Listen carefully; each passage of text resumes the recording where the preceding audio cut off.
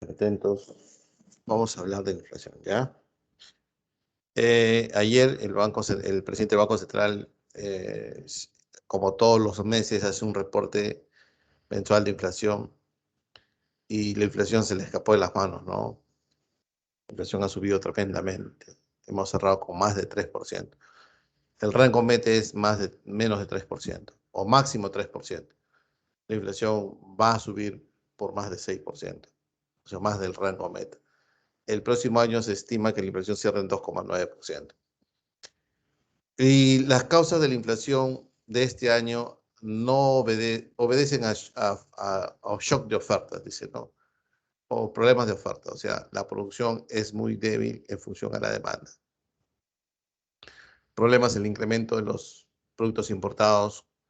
La depreciación, el incremento del tipo de cambio también ha encarecido los precios de los productos importados y eso ha generado un incremento de la importación. Todas esas cosas vamos a aprender hoy, ¿ya? A ver, vamos a aprender. Vamos a iniciar entonces la clase, iniciando grabación. Bien, la inflación. ¿Qué es la inflación? Atentos, por favor. La inflación es el aumento generalizado y sostenido de los precios de los bienes y servicios en una economía. O sea, cuando hablamos de inflación, estamos hablando del incremento continuo y sostenido, generalizado y sostenido, ¿no?, de los bienes y servicios que, que circulan en una economía. ¿Y eso hace qué cosa? Que cuando los precios suben, el dinero, lo que tenemos en el bolsillo, cada vez compre menos cantidad. Cuando se habla de inflación, entonces se está hablando de un incremento de los precios. ¿Pero de qué precios? De los precios de los bienes y servicios. O sea, constantemente está subiendo. Ahora, si es generalizado, significa que la mayoría de los precios, los bienes y servicios están subiendo, ¿no? Entonces, el incremento generalizado y sostenido de los precios en una economía se llama inflación. Y eso hace que el dinero, ¿no?, compre menos cantidad. Por ejemplo, si Santa Rosita compra hoy un par de zapatillas, con un proceso inflacionario fuerte, Santa Rosita compraría unas sandalias y luego casi nada. Como la inflación es el incremento generalizado de los precios, significa que la mayoría de los precios están subiendo, ¿no? Por generalizado se debe entender que el aumento de los precios no afecta a solo un producto, sino a la gran mayoría de los bienes y servicios que se consumen en la economía. Por eso, o sea, si yo digo que el precio del pollo subió de 8 a 12 soles el kilo, es un incremento en particular, ¿no?, de un solo producto. Eso no se llama inflación, no se llama inflación. Inflación es generalizado, ¿no? Que los millones de bienes y servicios que se consumen en la economía puede que aumenten casi todos, ¿no? Por ahí uno o dos bajen de precio o 5 o 6 no suban de precio, pero en general sube de precio. Y por sostenido es que no es un hecho aislado, ¿no? No es que sube el precio y luego ya no sube, sino es sostenido en el tiempo, ¿no? Los precios tienden a subir. Se debe tratar de un proceso continuo en el tiempo, no circunstancial, no estacional, no aislado. Eso es el incremento generalizado y sostenido de los precios. Bien. Ahora, ¿cuáles son los tipos de inflación? Tenemos tres tipos de inflación: la inflación moderada, la inflación galopante y la hiperinflación. La inflación moderada es una inflación menor, mira, y este es anual, ¿no? Se va a acontecer al año, acuérdense. Entonces, tenemos inflación moderada cuando la tasa de inflación no supera el 10%, menor de 10%. Es inflación moderada, ¿no? Entonces, cuando la inflación es moderada, ¿no?, el cambio en los precios son lentos y predecibles, ¿no? Los precios están subiendo lentamente. Por ejemplo, una inflación de 3% es inflación moderada. Significa que un pantalón en promedio estaba 100 soles, ahora está 103 en un año. El kilo de pollo que estaba 8 soles, ahora está ¿cuánto? el 10% de 8 soles es 80 céntimos, ¿no? A fin de año costaría 8 soles 80. O sea, profesor, es una inflación pequeña, ¿no? A 10%, estamos hablando a 10%. Si es de 3%, pues estaría, ¿no? Si un pollo está a 10 soles, ¿no? El 1 de enero a fin de año estaríamos terminando con un precio del pollo de 10 soles a una inflación de 3% a 10 soles 30. Prácticamente una inflación que se puede vivir todavía, ¿no? Que no genera molestias, angustias en los consumidores. Es una inflación moderada. Ahora, ¿qué países en Latinoamérica tienen inflación moderada? Casi todos los países antes de la epidemia han tenido inflación moderada. Perú, Chile, Colombia, México, ¿no? Inflación moderada, por debajo del 10%. Una inflación galopante anda a paso de galopa, ¿no? O sea, el caballo sigue, ya está corriendo, ¿no? O sea, es un incremento ya más rápido en los precios, ¿no? Y bordea desde los 10% anual hasta el 1000% anual. Si una inflación llega a 1000% anual, significa que el precio se multiplicó por 10. O sea, si el kilo de pollo está a 10 soles el 1 de enero al 31 de diciembre del mismo año, ha transcurrido un año ya, terminaría en 100 soles, profesor. Ya se siente la pegada, ¿no, profesor? Claro que sí. Entonces, una inflación galopante es una inflación que ya genera distorsiones, ¿no? En el mercado, incertidumbres, malestar. Por ejemplo, ¿qué país tiene inflación galopante? Argentina, ¿no? Argentina tiene una inflación galopante.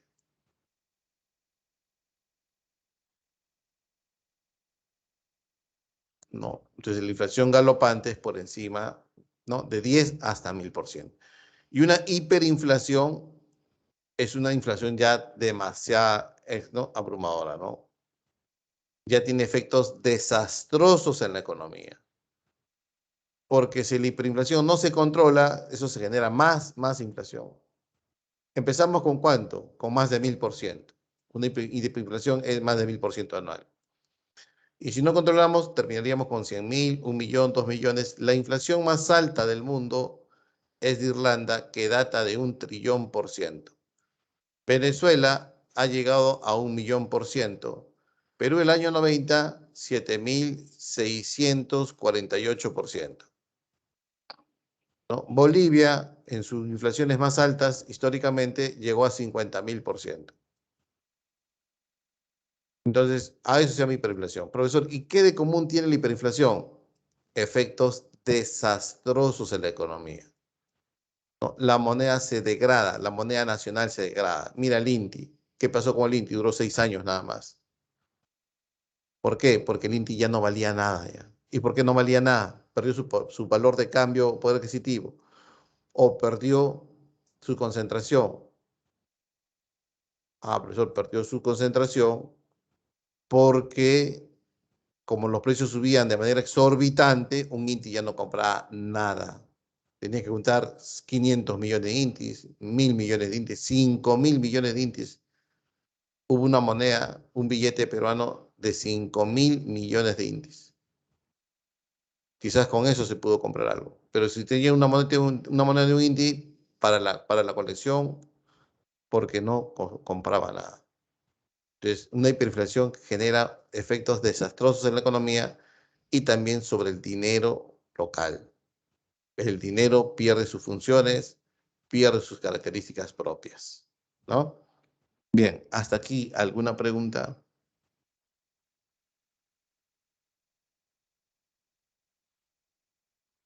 Joel, Piero, claro, siempre recordando a Alan. ¿Mm?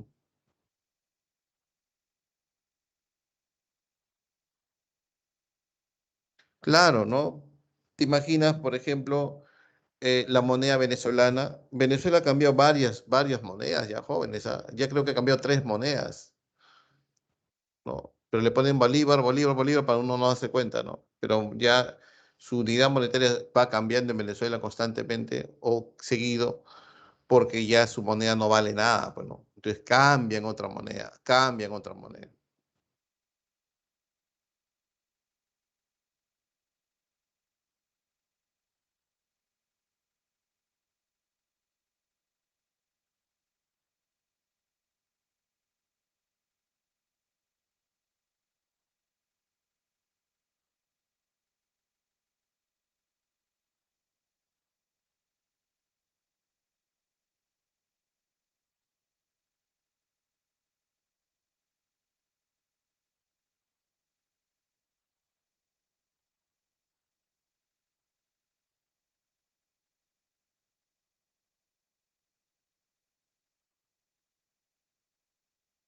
Bien.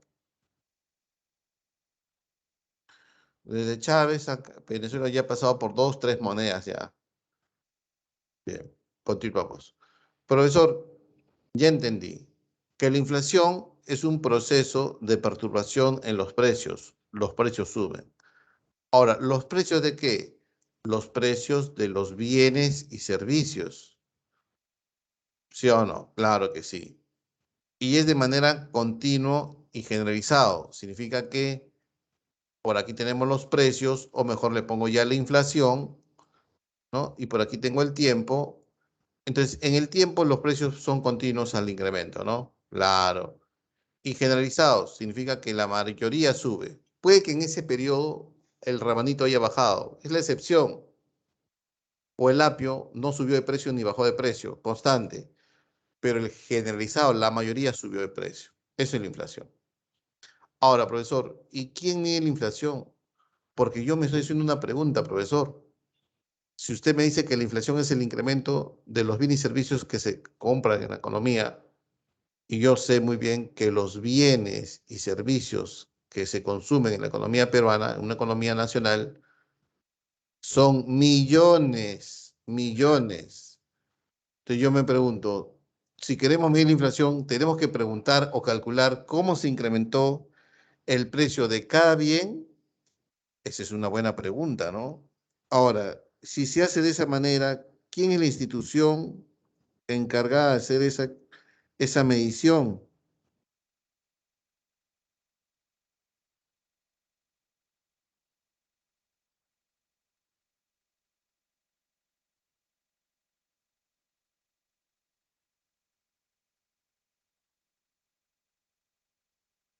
Entonces, vamos a explicar eso, ¿ya?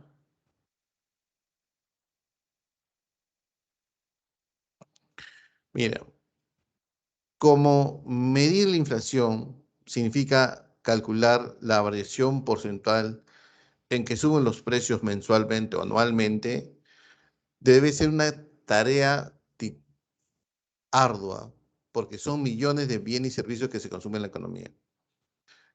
Entonces, el encargado de medir la inflación es el INEI, ¿no? El Instituto Nacional de Estadística Informática.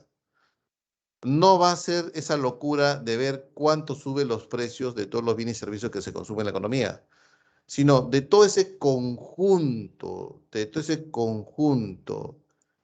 de bienes y servicios que se consumen en una economía, de todo ese universo de bienes y servicios que se consumen en la economía, ¿qué hace? Saca una muestra, como decir un subconjunto. Y sobre esa muestra calcula la variación porcentual de los precios. O sea, profesor, en otras palabras, lo que hace el INEI es ¿qué cosa? Elaborar una canasta básica de consumo. Esa canasta básica de consumo es una muestra representativa de todo lo que se consume en el país. Y sobre esa canasta básica de consumo, que tiene la siguiente estructura: contiene alimentos y bebidas, vestidos y calzados, vivienda, combustible, electricidad, muebles y enseres, salud y cuidados personales, transporte y comunicación, esparcimiento y enseñanza, y otros, que está compuesta por los productos y servicios que más se consumen en la economía peruana. Sobre eso se hace un cálculo de cómo se incrementó sus precios. O sea, se calcula la variación del índice de precios del consumidor, el IPC. Se calcula la variación del índice de precios del consumidor de una canasta básica de consumo. Profesor, ¿y esa canasta básica de consumo qué contiene? Estos elementos. ¿Estará un Rolex? No está un Rolex, porque ¿quién compra Rolex? ¿Es común comprar Rolex? No. Profesor, ¿están los pasajes y la entrada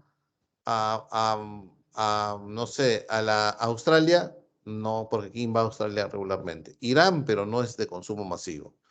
Profesor, ¿está el precio de un foco LED? Sí, porque ¿quién no pone focos LED en su techo?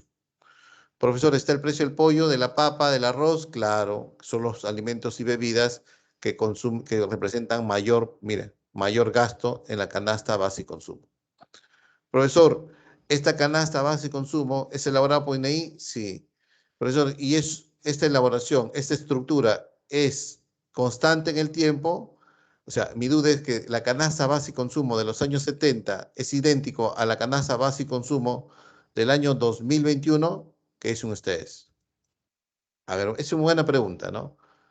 Los productos que formaron parte o que forman parte o que formaron parte de la canasta base y consumo de los años 70 es idéntico a la canasta base de consumo del año 2021. ¿Qué dicen ustedes? No, no, claro, tienen una idea, bro. No, profesor. Porque el año 70, ¿no? El abuelito de mi abuelito no tomaba Viagra. Hoy mi abuelito toma Viagra. Claro, profesor. Porque el año 70 los niños no pedían Netflix a sus padres. Miraban la tele blanco y negro, si es que había tele. Hoy los niños piden Netflix o Disney o Amazon Prime. O sea, la canasta base y consumo, ¿no? Es una estructura que se va cambiando en función a los hábitos de consumo del consumidor peruano. Algunos productos entran a la canasta base y consumo porque se hace consumo masivo y otros productos ya se van, se despiden de la canasta base y consumo porque ya quedan obsoletos o casi nadie lo compra o no le paran bola, ¿no? Por ejemplo, el DVD, perdón, el DVD no, el CD ya fue ya. El CD ya salió de la canasta base y consumo. ¿Quién compra CD, profe? Ya no se pasa. Los cassettes salieron de la canasta base y consumo. ¿Qué ha entrado? Los streaming. Netflix ha entrado a la canasta base y consumo. Spotify ha entrado a la canasta base y consumo. Porque se han hecho de consumo masivo. ¿Han entendido? Entonces, vuelvo a repetir. ¿Qué hace el INEI para medir la inflación? Primero elabora una canasta base y consumo que contiene los productos y servicios más representativos que uno consume. Y sobre esa canasta base y consumo, ¿no? Se hace la encuesta. Señora, ¿cuánto está el pollo? 8. ¿Cuánto está ahora? 9. Ah, ya subió el pollo. ¿En cuánto? En un sol. ¿Y qué es un sol de 8? El 12,5%, ¿no? Si es que no me equivoco. Entonces, el precio subió en 12,5%. Así va calculando la variación porcentual del índice de precio del consumidor. No es necesario que sea vital, entonces, solo de masas de consumo. Así es. Por eso, pues mira, no es necesario que sea vital, ¿eh? Mira, porque hay alimentos y bebidas y hay esparcimiento, ¿ves? O sea, profesor, la canasta, en el precio del cine también forma parte, claro. La pensión en los colegios también, profesor. Ah, profesor, mi postpago de un celular también forma parte de la canasta de consumo porque casi todo el mundo tiene un celular y tiene muchos postpagos. ¿Han entendido? Profe, el precio del agua y la electricidad también, pues vivienda, combustible, electricidad, ¿no? Bien. Preguntas, jóvenes, preguntas aquí.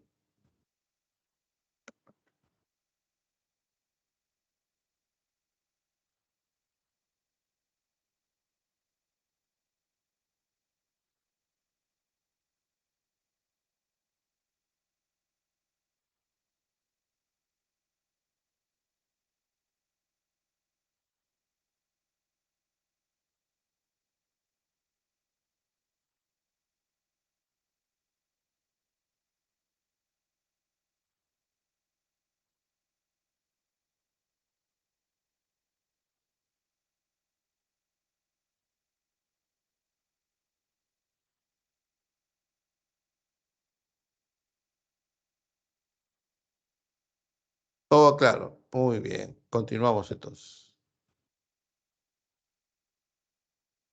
Ahora uno se preguntará, profesor, ¿y por qué los precios suben, no?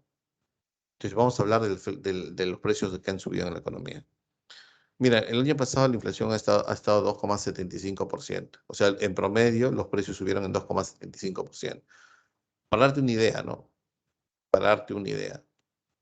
Si, el, si un pantalón estaba a 100 soles, el año pasado subió los precios, ese pantalón a 102,75 céntimos. Si, por ejemplo, el pollo estaba a 10 soles, ¿no? terminó costando 2,75% más, ¿no? O sea, el 2% de 10 soles debe ser, ¿cuánto? 20 céntimos. El precio terminó del pollo costando 10 soles 20 con 75 céntimos. O sea, 10 soles 30. O sea, prácticamente subió 30%, 30 céntimos en un año. Casi imperceptible, ¿no? Es una inflación moderada y bajita, 3% es baja, 2,7% es bajo. Pero vamos a cerrar con una inflación de más de 6%, y ayer lo dijo el presidente del Banco Central, o bordeando el 6%. Significa que la inflación, si bien es cierto, se le ha escapado de las manos al Banco Central porque no forma parte de sus metas, el Banco Central tiene unas metas, lo vamos a ver aquí, pero el incremento de los precios es algo coyuntural, es propio de los países. O sea, no solamente en el Perú a subir los precios, sino es a nivel mundial. ¿Y por qué? Porque después del hacinamiento, ¿no? Después que el mundo entre en un confinamiento por la pandemia, las economías se abren y la gente sale a comprar, sale a consumir y la demanda crece. Pero a las empresas le tarda tiempo para producir. No todo se produce rápido. Por ejemplo, la papa tiene una fecha de producción, ¿no? La ropa, los artefactos, los electrodomésticos, los carros. Entonces, por eso los precios han subido. Otro efecto es el problema del tipo de cambio en la economía peruana, ¿no? No todo lo que se consume en la canasta base de consumo es hecho en el Perú. Muchas cosas son importadas o derivan de insumos importados. Por ejemplo, el pan que a diario se come proviene del trigo de Argentina y Estados Unidos y eso se importa con dólares. El pollo, del pollo a la brasa. Recuerden que el pollo a la brasa es la comida más consumida del Perú, jóvenes. Y ayer el Perú ha sido reconocido como mejor destino culinario, gastronómico del mundo. Significa que vamos a recibir turistas para que vengan a comer nada más. De países vayan a Machu Picchu. Entonces, muchos insumos son importados, no solamente el trigo para el pan, sino el maíz duro amarillo que se importa de Estados Unidos, que el pollo come. Al encarecerse los insumos importados, porque el dólar se ha disparado, se incrementan los costos de producción y eso también genera incremento de los productos básicos como los alimentos. Y los alimentos tienen un fuerte componente en la canasta, casi el 40%. Ajá, o sea, profesor, no, y no solamente eso, ¿no? Sino también que de verdad esos productos han subido de precio. El aceite se disparó. ¿Y por qué el aceite se disparó? Porque el precio internacional de la soja, de la soya, subió. Y la soya se importa de Argentina y de Bolivia. Entonces, muchas son las causas de la inflación. ¿Ya? Pero dice que para el próximo año esa inflación se va a corregir. Ya para marzo, abril, los precios van a bajar. Así que hay que esperar. Hay que esperar. Ahora, ni hablar de los productos tecnológicos, ¿no? Estamos viviendo una escasez de chips. Los chips están escasos en el mundo. ¿Quién usa chips? Desde un reloj hasta un automóvil, todo se usa chips, jóvenes. Entonces, se va a encarecer los productos tecnológicos, que ya se están encareciendo, jóvenes. Un procesador en promedio estaba a $120, ahora está a 300, $350. El doble. Ni hablar de las tarjetas de video, las placas madres. Entonces, vamos a vivir, ¿no? Con una reducción de la producción de productos electrodomésticos porque China ya no puede producir más. China ha llegado a un cuello botella. Significa que China, por más que quiera producir, ya no puede porque la energía no le alcanza. Y eso va a encarecer a los productos tecnológicos, a la ropa, ¿no? Y a algunos alimentos que China exporta, jóvenes. Bien, causa la inflación. Vamos a ver por qué ocurre la inflación. Hay muchas causas, ¿ya? Hay muchas causas. Una de las causas es por demanda, dice, ¿no? Inflación por demanda. A ver, vamos a explicar. Voy a tratar de explicar lo más claro posible, ¿ya? Ojalá que me entiendas. ¿Te recuerdas cuando Perú estaba casi eliminado para ir a Rusia 2018? y la gente sentía la frustración, el descontento, las lágrimas cuando ve perder su selección y otra vez más no sea el Mundial. Pero no sé qué pasó. Perú golea a Paraguay, ¿no? Nunca había goleado a Paraguay en Asunción. Le gana Ecuador, jamás le había ganado Ecuador en Ecuador. Tenía 6 puntos robados en el extranjero y comienza a empatar, a ganar sus partidos. Y es en esos, ¿no? Hace Perú es consigue puntos y la selección comienza a aspirar al Mundial. Quiso el hincha. El hincha que ya estaba cansado de la camiseta de Perú comenzó a comprar camisetas. Antes que Perú gane sus partidos en Paraguay y Ecuador, una camiseta costaba en promedio 8 soles. De las Bambas en Gamarra, ¿no? Pero de camiseta de fútbol, ¿no? De ese material sintético. Como Perú comenzó a ganar el Mundial, la gente comenzó a comprar camisetas. O sea, la demanda de camisetas creció fuertemente. Y cuando la demanda de camisetas crece fuertemente, ¿qué pasa, profesor? Los precios suben. ¿Sí o no? Los precios suben. Profe, ¿eso es inflación? Entonces no es inflación, porque la inflación es generalizado. La inflación no es cuando sube un precio de un producto. Profesor, pero por el otro lado yo me enteré que Gamarra trabajaba mañana, tarde, noche y madrugada fabricando camisetas. Claro. La oferta creció también para responder a esa creciente demanda, pero la oferta no fue suficiente o no estuvo a la altura o no creció al mismo ritmo de la demanda. Por eso el precio subió. Y la camiseta que estaba a 8 soles llegó a costar hasta 70 soles las Bambas. No, o sea, fue un incremento fuerte del precio. Si a ese ejemplo lo llevamos a nivel macro, a nivel general, si se incrementa la demanda agregada, o sea, profesor, cuando hablamos de demanda agregada, estamos hablando de qué? Estamos hablando de la demanda de todos los bienes y servicios en una economía. Y la oferta crece, pero no está al nivel de la demanda. Entonces, por consiguiente, ¿no? Los precios tenderían a subir. Según este enfoque, la inflación surge cuando el aumento de la demanda agregada y la oferta del sector productivo no es capaz de hacer frente a esa demanda. O sea, la demanda crece tremendamente y la oferta no está a la altura de esa demanda. Al final termina subiendo el precio. En este caso, el aumento de los precios se debe a un incremento del consumo que no viene acompañado por una mayor producción. Es decir, a un aumento de la demanda no acompañado por un aumento de la oferta. Cuando se habla de demanda agregada, aumento de la demanda de todos los bienes y servicios, o sea, por eso las paraditas, los mercados, los cines, las discotecas, ¿no? Los mercados de abastos, las tiendas por departamento o retail, todo está abarrotado de consumidores, sí, y los productos comienzan a escasear porque la producción no crece al ritmo de la demanda y la inflación sube. Siguiente, enfoque monetarista. Y esta es la que está, ¿no? Es la explicación de todo, ¿no? Milton Friedman dice que la inflación aquí o allá o más allá es un fenómeno monetario provocado por el exceso de circulante. O sea, cuando hay una inyección de dinero, ¿no? Cuando se incrementa la masa monetaria, eso repercute directamente en los precios. Los precios tienden a aumentar. O sea, profesor, hay una relación entre la masa monetaria y los precios, sí. Si un banco central de manera irresponsable hace una emisión monetaria sin necesidad, sin estudio, de manera inorgánica, eso va a generar directamente inflación.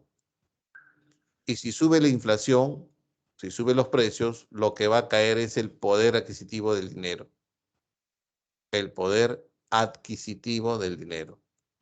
O sea, los precios pueden subir tanto que al final los soles peruanos terminan no comprando casi nada, ¿no? O comprando casi nada. Eso implica, ¿no? Poder adquisitivo del dinero. O sea, hay una relación inversa entre la cantidad de dinero que circula en la economía con su poder adquisitivo. Cuando hay un exceso de circulante, el poder adquisitivo disminuye. ¿Y por qué disminuye? Porque los precios están subiendo. Es la teoría que es aceptada por el común de los economistas, ¿no?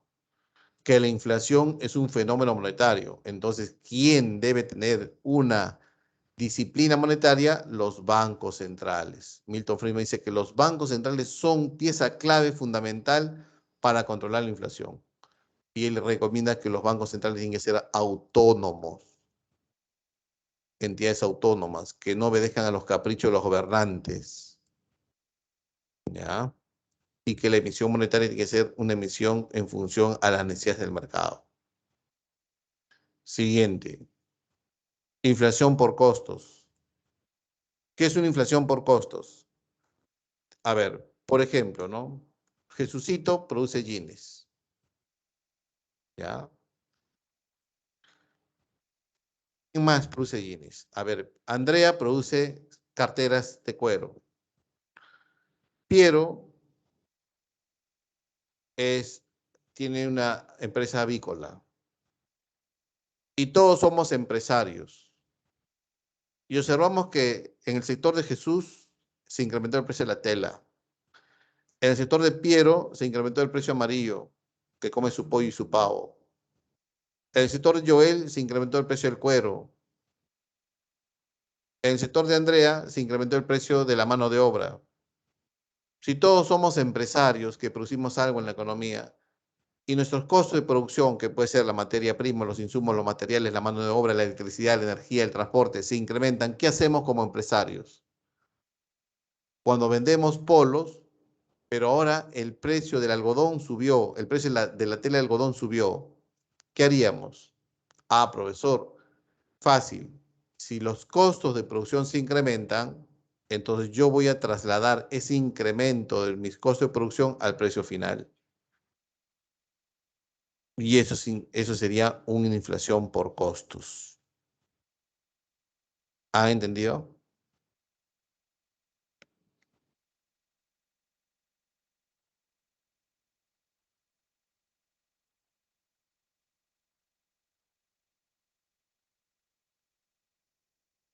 ¿Sí? Bien. El otro es una inflación por expectativa. ¿Ya?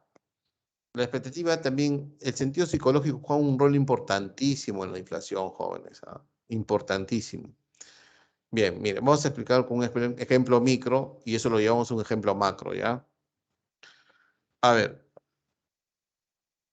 llega Navidad y todos quisiéramos tener a Ken, los varoncitos, y una Barbie, las mujercitas. O debe ser al revés, ¿no?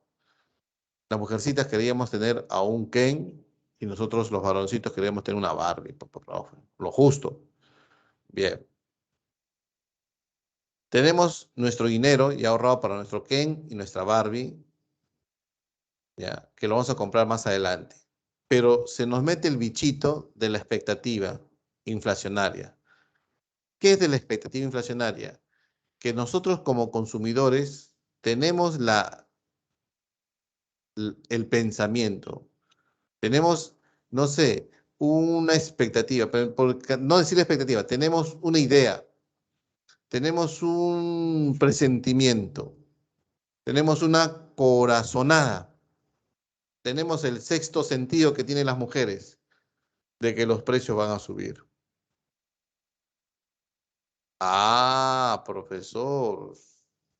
Entonces, si tenemos la expectativa, la corazonada, que el precio de la Barbie y del Ken van a subir más adelante en las siguientes semanas, ¿qué haces con tu dinero hoy?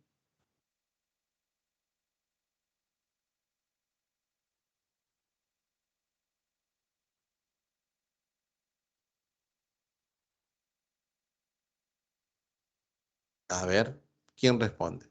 Si todos tenemos un dinerito y se nos pone, se nos da, tenemos la idea que los precios subirán más adelante, ¿qué hacemos? ¿Esperemos que suba? ¿Todos esperamos que suba? No, no, profesor. Si tenemos el dinerito para comprar y vemos que los precios van a subir en el futuro, ¿qué hacemos? Como el papel higiénico, ¿no han visto?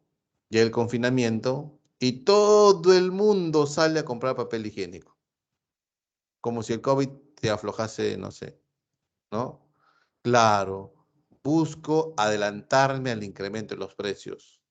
Eso es una inflación por expectativa. O sea, ya no estamos hablando de un producto en particular, sino de a nivel macro ya, ¿no? Si tenemos la expectativa inflacionaria, la expectativa que los precios de los bienes y servicios en la economía van a subir, ¿qué hacemos con nuestro dinero hoy? Hoy cierro la sesión del TIN y me voy a comprar lo necesario para la casa. Compro papel higiénico, algodón, azúcar, ¿no? Papa, fideos, leche, huevos, etcétera, etcétera. ¿Y qué va a pasar? En la tarde ya no hay. Y al día siguiente ya no va a haber. Y los precios comienzan a subir de verdad. Es una inflación por expectativa. ¿Ya? Y eso ha vivido tu padre, tu madre, ha vivido tus abuelos. Mira, le explico. Cuando Alan llegó al poder, el 85, su frase era así, ¿no? Nada que parar al maestro. Mi compromiso es con el Perú y con todos los peruanos, ¿no? Y Alan hizo una política fiscal y monetaria de tipo expansiva. ¿Qué significa eso, profesor? Que el gobierno gastó, generó empleo y la gente tenía empleo e ingresos y comenzó a comprar. La demanda agregada creció en mayor ritmo que la oferta agregada. Profesor, pero ese empleo no generó bienes y servicios. No, fue un empleo improductivo. Alan creó el país. Y Alan, la creación de país era empleos temporales que consistía en lo siguiente. Jóvenes desempleados van a ganar un sueldo mínimo. ¿Quién no quiere ganar sueldo mínimo ahora? ¿Qué hacemos, Alan? Vamos al río Rímac y juntamos todas las piedras del río Rímac y lo ponemos a un costado. Todo un mes moviendo piedras. Bien, Alan, ya pasó un mes. Bien, van al Banco de la Nación a cobrar tu sueldo mínimo. Mañana vienen, ¿ah? Porque sigue la chamba. Ya, no. Bien, segundo mes. ¿Dónde están las piedras? Ahí están. Vuelven a su sitio. Profesor, o sea, era un empleo improductivo. Claro, yo trabajaba, no generaba ni un bien o servicio, pero cobraba. Al final, cuando cobraba, compraba. Demandaba. La demanda agregada creció fuertemente y la oferta no crecía fuertemente, porque se generaba empleos improductivos. Y eso ya en el 86 comenzó a subir los precios y en el 87 se le metió el bicho a la cabeza a la gente, ¿no? Que los precios van a subir, van a subir. Entonces, cuando papi y mami cobraban, ¿sabes? Ah? Mira, no te miento. Mamá, papá cobró, muy bien. Ponían los cerros de billete en la mesa o sobre la mesa y decían, ya, hay que comprar un saco de arroz, un saco de azúcar, 10 kilos de papa, camote, cancha, sal. Ya, esto va a ser para mi pasaje nada más. No es como ahora, ¿no? No es como ahora que tú vas a la semana y llenas la refri en el supermercado o vas todos los días a comprar al mercado. No es así. ¿Por qué se gastaba casi todo el billete, ni bien cobra uno? Por la expectativa inflacionaria. Porque sabían muy bien que más adelante, a los días siguientes, los precios van a subir. Y eso generaba inflación, más inflación. Y Alan alimentaba la inflación inyectando más dinero, ¿no? Más uso de la maquinita, y nosotros por el lado de los consumidores inyectábamos más inflación por el lado de las expectativas. Tremendo problema, jóvenes, de la inflación. Por ahí escuché a algún economista diciendo así, ¿no? La inflación es como una bola de nieve, ¿no? Estás escalando el Huascarán y tu amigo está en la punta, ¿no? Del Huascarán, estás viendo que tú estás escalando. Recién estás a 10, 100 metros de altura de la montaña, ¿no? Hace una bolita de nieve y te la tira. Así empieza la inflación, ¿no? La inflación empieza con 2, 3. Si no la controlas, conforme va pasando el tiempo, esa bolita va creciendo, va creciendo, va creciendo y se puede volver un desastre. Y eso pasó con el gobierno de Belaúnde y Alan, porque Alan no recibe una inflación bajita, ¿no? Belaúnde ya le da una inflación alta, ¿no? De 50 a 60%. Eso es lo que recibe Alan de Belaúnde. Es más, Belaúnde fue que cambió la moneda de sol de oro a Inti, no fue Alan, como muchos pensamos. Bien, siguiente. Inflación importada. Para que me entiendas qué es una inflación importada, voy a poner un ejemplo hipotético, ¿ya? Bien, tenemos a Venezuela y tenemos a Brasil. Claro, la exportación, en su gran mayoría, de Venezuela es el petróleo, ¿no? Casi el 95% de lo que exportaba Venezuela es petróleo. Y Brasil es el monstruo, ¿no? País más grande del mundo, dicen ellos, ¿no? Se ha especializado en la producción de alimentos. Es más, la visión de Brasil es ser el gran proveedor de alimentos del mundo, ¿ya? Ahora, son frontera, países vecinos. Muy bien, imaginemos que en la canasta base y consumo de Venezuela, en el rubro alimentos y bebidas, casi todos los alimentos provienen de Brasil. ¿Ya? Imagínate que tienes una tienda o una tienda de abarrotes en Venezuela y todo lo que tú ves es Brasil, Brasil, Brasil, Brasil, Brasil, Brasil. ¿Ya? Bien, la pregunta es, profesor, ¿qué pasaría si Brasil sufre de inflación? Si en Brasil se incrementan los precios. Ah, claro, como Brasil le vende productos de pan llevar a Venezuela, el rubro de alimentos y bebidas también subirán de precios en la canasta base de consumo de Venezuela. Y por consiguiente va a terminar contagiando, ¿qué cosa? A la inflación de Brasil a Venezuela. Eso sería una inflación importada. Se puede definir una inflación importada cuando los aumentos en los precios de las importaciones, los aumentos en los precios de los productos finales importados afectan directamente a los gastos basados en la medida de la inflación. Los aumentos de los precios de los combustibles importados, los materiales, los componentes de aumento de los costos internos de producción y da lugar al aumento en los precios de los bienes de producción nacional. O sea, para ver que esa inflación es importada, tiene que una fuerte relación comercial entre los dos países, ¿no? Esa inflación de Brasil podría afectar a Venezuela. Así es. Perú también nos pasa por eso, ¿no? Perú tiene una dependencia alimentaria, jóvenes. La balanza comercial del Perú, o sea, la balanza comercial es exportación menos importación de bienes, la balanza comercial alimenticia del Perú es deficitaria. Importamos más alimentos de lo que exportamos, jóvenes. Y ese es un punto débil de nuestra economía. Bien, siguiente. ¿Cuáles son las consecuencias de la inflación? Acá vamos a analizar, ¿no? A ver, profesor, una consecuencia de la inflación es que si los precios suben, mi sueldo compra menos, ¿no? O sea, mi sueldo, que es, por ejemplo, de 1.000 soles, este es mi salario nominal, expresión en unidades monetarias, antes que los precios subieran fuertemente, mi canasta era de este tamaño. Pero conforme los precios han ido subiendo producto de la inflación, mi canasta se ha ido reduciendo. Ah, profesor, entonces el tamaño de la canasta, la cantidad de bienes y servicios que yo puedo comprar con mi salario nominal ha ido cayendo, claro. Una consecuencia es la caída de los salarios reales, la pérdida del poder adquisitivo del salario nominal o caída del salario real. Consecuencia, ejemplo, profesor, en Venezuela el sueldo mínimo logra comprar 1 kilo de huevo y se acabó tu sueldo mínimo en Venezuela. Por eso yo dice, no, mira, si yo trabajo mi chama, un mes en Venezuela, compro 1 kilo de huevo. Yo voy a Perú, ¿no? Y vendo caramelos, me saco 20 soles diario. Y con 20 soles yo me compro 4 kilos de huevo al día. O sea, prefiero irme a Perú. Y pues se vienen caminando. Bien, siguiente. Para nuestra economía va a haber una pérdida de la competitividad. ¿Por qué? Porque cuando suben los precios en el Perú, cuando esos productos salen a la exportación, salen más caros. Entonces el importador dice, oye, Perú subió sus precios por su inflación. Oye, dame Colombia, dame Brasil, dame Chile. No, Perú ya no, muy caro. Perdemos competitividad en los mercados extranjeros. Cuando suben los precios por la inflación, no hay ahorro. ¿Para qué voy a ahorrar, profesor, si al final ese ahorro no va a comprar nada? Al no haber ahorro, no hay inversión. Entramos a una recesión, entramos a un incremento de la pobreza. La inflación es regresiva, dicen, ¿no? Que afecta más al pobre que al rico. Ahora, si esa inflación es una hiperinflación, las consecuencias son mucho más desastrosas, en el sentido que una hiperinflación, aparte de generar miseria, pobreza, hambre, desnutrición, ¿no?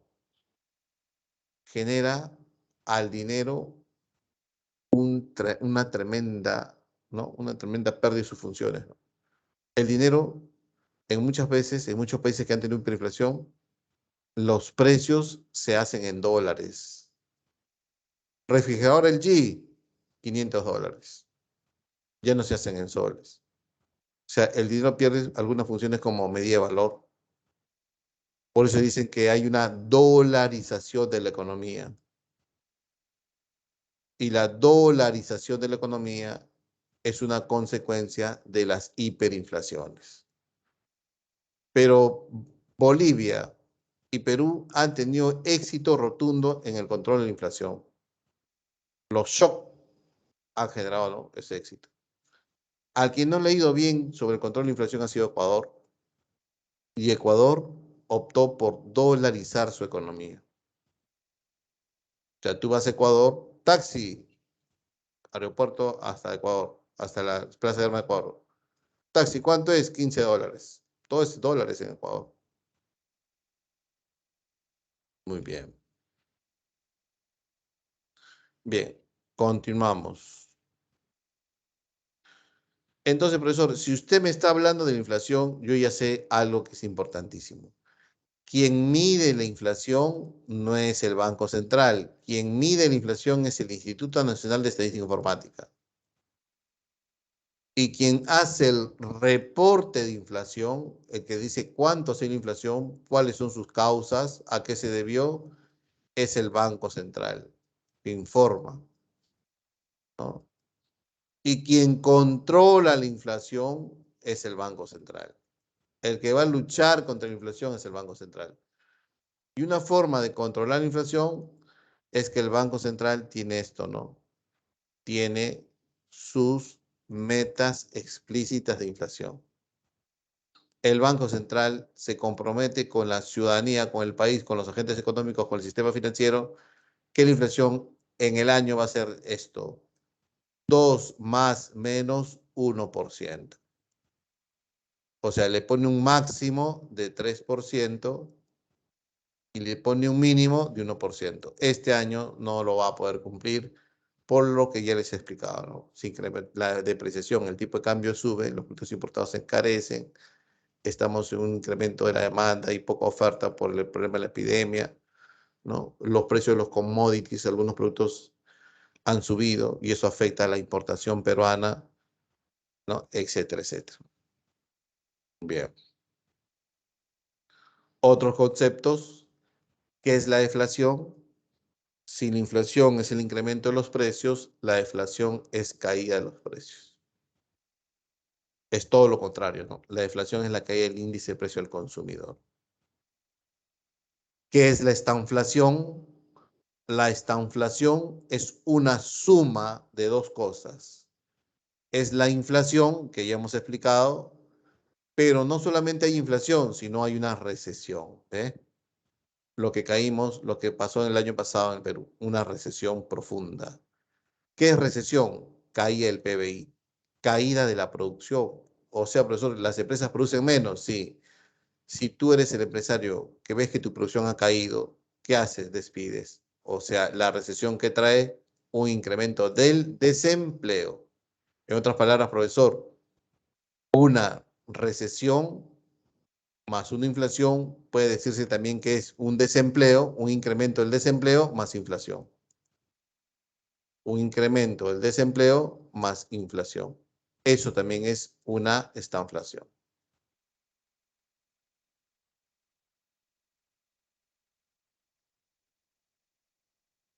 ¿Y qué es la reflación? La reflación es un tipo de inflación provocada por el gobierno con el fin de estimular la economía. El gobierno, con el fin de reactivar la economía, con el fin de no caer en la recesión, gasta. Y ese gasto puede generar inflación. Y eso se llama la reflación. Entonces, la reflación es una inflación provocada por el gobierno con la finalidad de reactivar la economía. Con la finalidad de reactivar la economía. A eso se llama una reflación. Bien, jóvenes, hasta aquí alguna pregunta. Preguntas, por favor.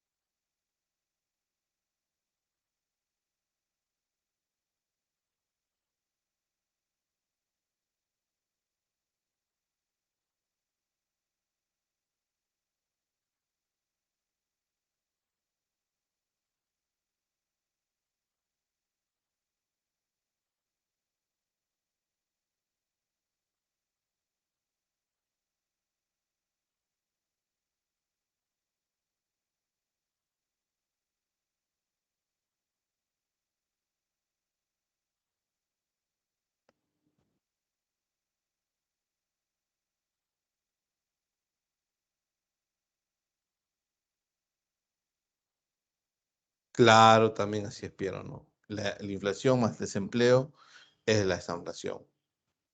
No es un fenómeno que se vivió a partir de los años 70, ¿no?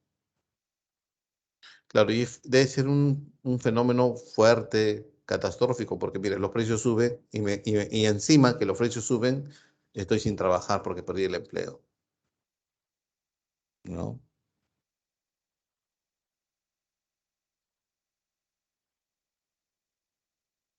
Preguntas, preguntas.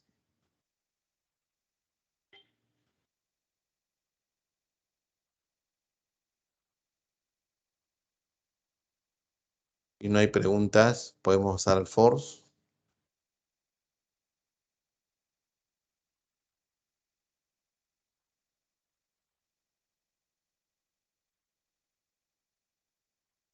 Vamos a ver si el examen está. Pues sí, sí, ya está, sí. Pasemos al force, jóvenes, ¿ya? Pasemos al force. A ver, pueden lanzar la dirección por aquí. El PBI mide la producción. Pronto vamos a llegar a cuentas nacionales. El PBI es el Producto Bruto Interno, es la producción de bienes y servicios que produce una economía. Si yo digo el PBI chileno, ¿a cuánto produce Chile en bienes y servicios? Si cae el PBI es que está cayendo la producción y eso es una recesión. Entonces significa que las empresas están produciendo menos, ¿no? Si antes se producía 100 kilos de fideos, ahora están produciendo 20 kilos de fideos. ¿Yo para qué quiero tantos trabajadores si no estoy produciendo 100 kilos de fideos? Comienzo a despedir. Ya, muy bien, Piero. Vamos con las tres preguntas. Tiene 10 minutos para marcar. Saquen 18 y 18, por favor.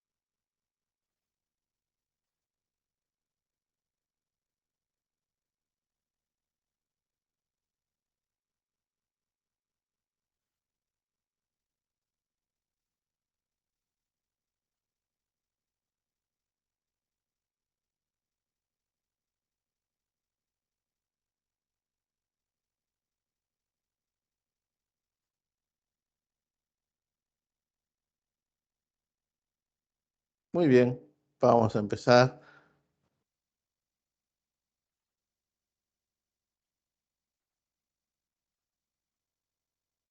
Vamos a empezar con algunas preguntas. Las preguntas no están tan fáciles tampoco, ¿no? Bien. Pregunta número uno. Uno, 2 y 3. ¿Qué marcaríamos uno, 2 y 3?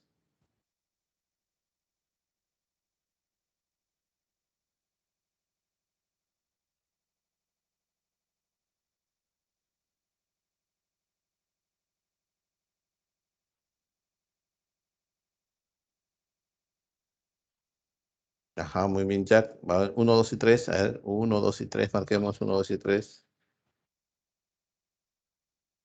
Marquemos uno, 2 y 3.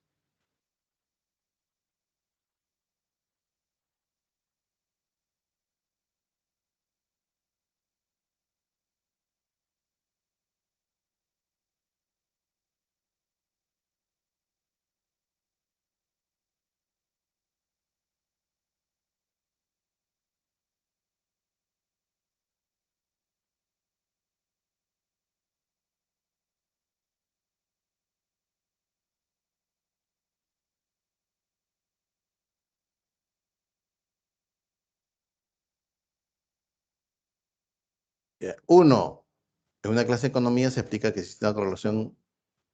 Una correlación. Correlación significa pues, una relación, ¿no? X y Y son dos variables. Vamos a ver su correlación. Si sube X, entonces sube Y. Aquí hay una correlación directa. Si sube X, entonces baja Y. Aquí una correlación inversa. Acá es directa, acá es inversa. Una correlación entre la excesiva cantidad de dinero y la pérdida de su poder adquisitivo. O sea, cuando hay un incremento del circulante, ¿qué es lo que va a caer? El poder adquisitivo del dinero. Y uno se pregunta, ¿no? ¿Por qué caería el poder adquisitivo del dinero cuando se emite mucho dinero? Ah, profesor, la explicación es sencilla. Al incrementarse la masa monetaria, los precios tendrían a subir. Y si los precios suben, el poder adquisitivo va a bajar. Y ello se refleja a que se han incrementado los precios. Uno, casa. Dos, ah, profesor, eso es pregunta de examen, esta inflación. Dos dedos. Tres, en el primer gobierno de Alan García, los bolsillos de los peruanos estaban llenos de un dinero que perdía valor en cuestión de horas. Los billetes reventaban de un papel moneda que cada día mermaba su poder adquisitivo de manera exponencial. El 5 de agosto del 89, largas colas se podían apreciar en las agencias bancarias por la escasez de billetes de alta denominación. O sea, la gente quería billetes con más ceros, porque los billetes con pocos ceros ya no compraban nada. La causa directa de la disminución del poder de compra de la moneda a esa magnitud se denominó inflación. 3 avión. 4 y 5. Marquemos 4 y 5, jóvenes, por favor.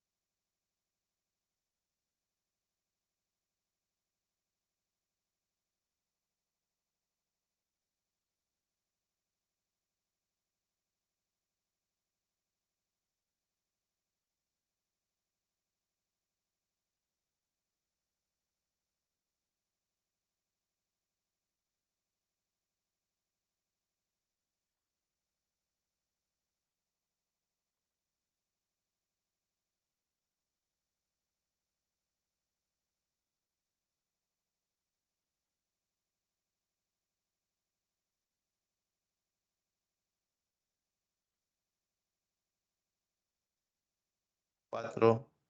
La definición usada por la mayoría de los economistas es un ciclo inflacionario sin tendencia al equilibrio. Se origina un círculo vicioso en el que se crea más y más inflación con cada repetición del ciclo.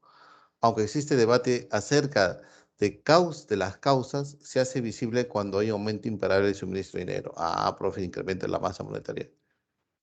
O una degradación drástica de la moneda. Profesor, estamos hablando de una inflación, pero de las más desastrosas, ¿no? Eso es hiperinflación. La inflación se caracteriza por ser una elevación de los precios de los bienes. Se presenta porque un sistema monetario de un país existe. Claro, ¿por qué hay inflación? Porque hay un exceso de circulante, ¿no? Casa. Siguiente. 6 y 7. Marquemos 6 y 7.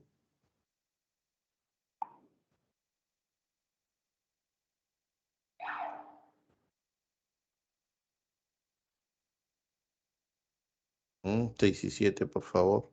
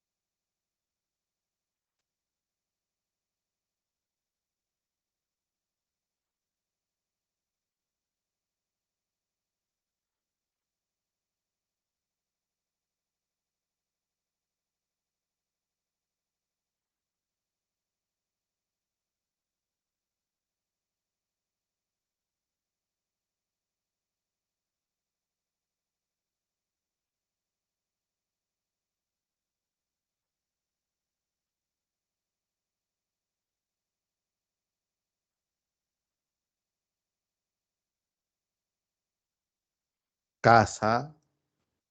Y lo que más pesa es alimentos y bebidas, ¿no? 7 dedos. Muy bien. 8, 9 y 10. 8, 9 y 10. Bien, bien, bien. 8, 9 y 10. ¿Qué marcaríamos? 8, 9 y 10.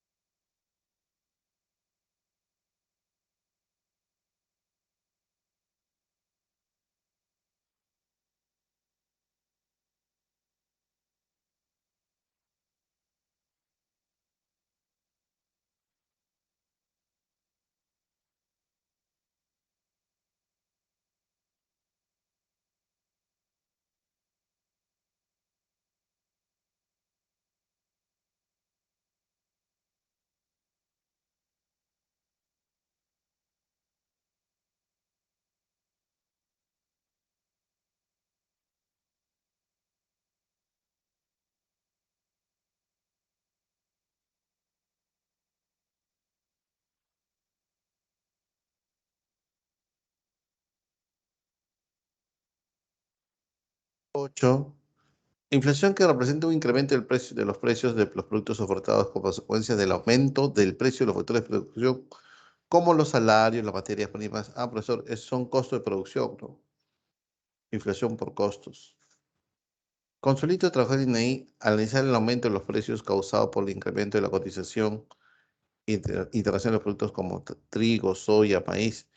Ah, pero se están incrementando los productos importados, ¿no? Inflación importada.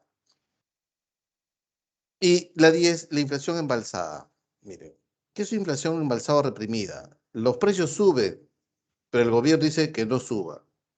Y una forma en que dice que el gobierno que no suba es reprimiendo el incremento de los precios. Por ejemplo, cuando hay inflación, sube el pan, sube el arroz, sube el azúcar. ¿Y cómo hacemos, profesor, para que no suba eso? Porque son los productos que de pan llevar, el pollo. Pues lo subvencionamos, lo subsidiamos. ¿Qué hace el gobierno? El gobierno hace toda una política de subsidios, profesor, o subvenciones. Como por ejemplo, profesor, para que el pan no suba de precio y afecte a los más pobres, el pan tiene un precio subsidiado. Por ejemplo, ¿no? La panadería compra harina y cada saco de harina está a 50 soles. El gobierno dice, voy a subsidiar la harina.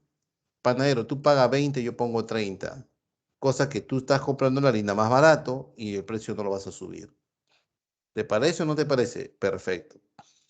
A eso se llama inflación embalsada o reprimida. De la clave sería subsidios. Y eso hizo también Alan García, ¿no? Alan García, para que los precios no se disparasen, jóvenes, ¿no? Había inflación, hiperinflación, pero para que los precios no subieran tanto, mucho más, comenzó a reprimir la inflación mediante subvenciones. Y teníamos el pollo subvencionado, el maíz subvencionado, la papa subvencionada, el pan subvencionado, los pasajes subvencionados, ¿no? La electricidad subvencionada, todo era subvencionado. O sea, el Estado ponía su dinero para que los precios no subieran. Vino Fujimori, dijo, olvidemos eso. Hay que sincerar los precios deben reflejar lo que deben ser, y es el Fujishock. Bien, 11 y 12, marquemos 11 y 12, jóvenes.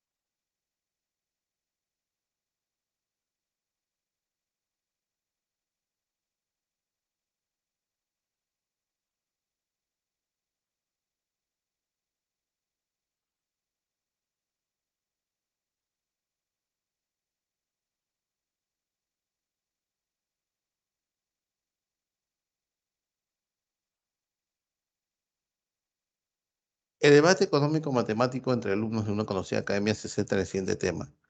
De acuerdo a la teoría cuantitativa, ¿qué nos dice la teoría cuantitativa? Que si un incremento de la masa monetaria, eso hace elevar los precios, porque la relación es directa.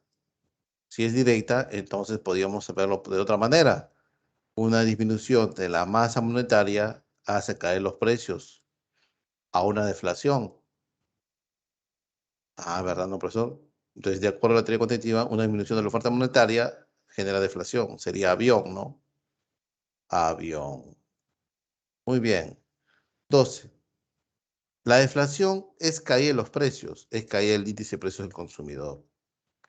Ocurre cuando la producción es mayor que la liquidez. Claro, si hay una mayor oferta agregada, los productos abundan y los precios bajan. Verdadero.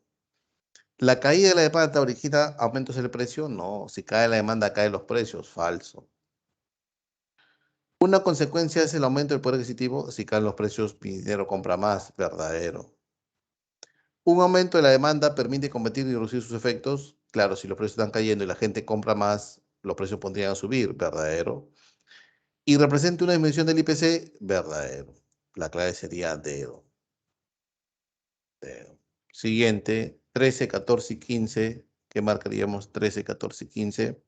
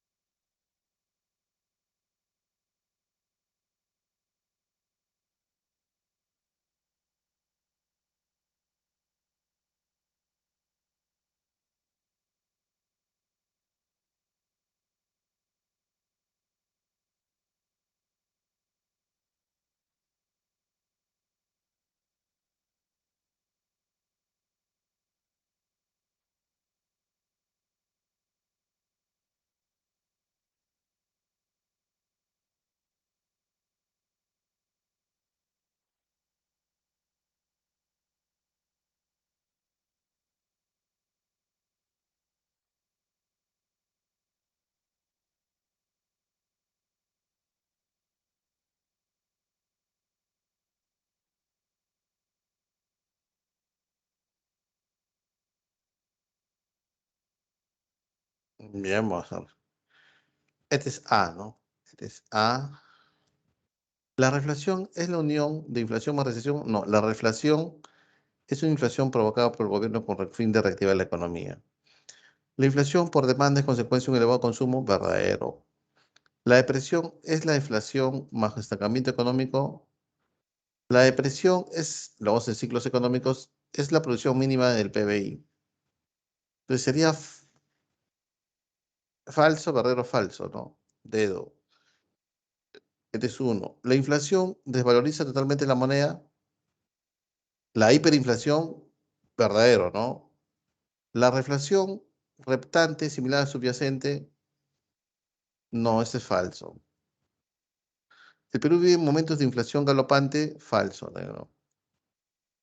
Gas. Este es uno. ¿La dolarización puede ser consecuencia de una elevada inflación? Sí, ¿no? Una consecuencia de una hiperinflación es la dolarización de la economía, ¿no? Verdadero. La maquinita consigue inflación, la maquinita es el uso de la fabricación del dinero, ¿no? Verdadero. La curva de Phillips posee pendiente negativa, esta es la curva de Phillips, ¿eh? Que por aquí tenemos la inflación y aquí tenemos la tasa de desempleo. ¿No? Para la curva de Phillips dice, ¿no? Con un país que tiene mucha inflación, la tasa de desempleo disminuye, poca. Un país que tiene una baja inflación tiene una tasa alta de desempleo. Entonces sería verdadero, ¿no? Verdadero. Bien, jóvenes, y con la 15 estamos terminando la clase de hoy, ¿ya? Que pasen una feliz Navidad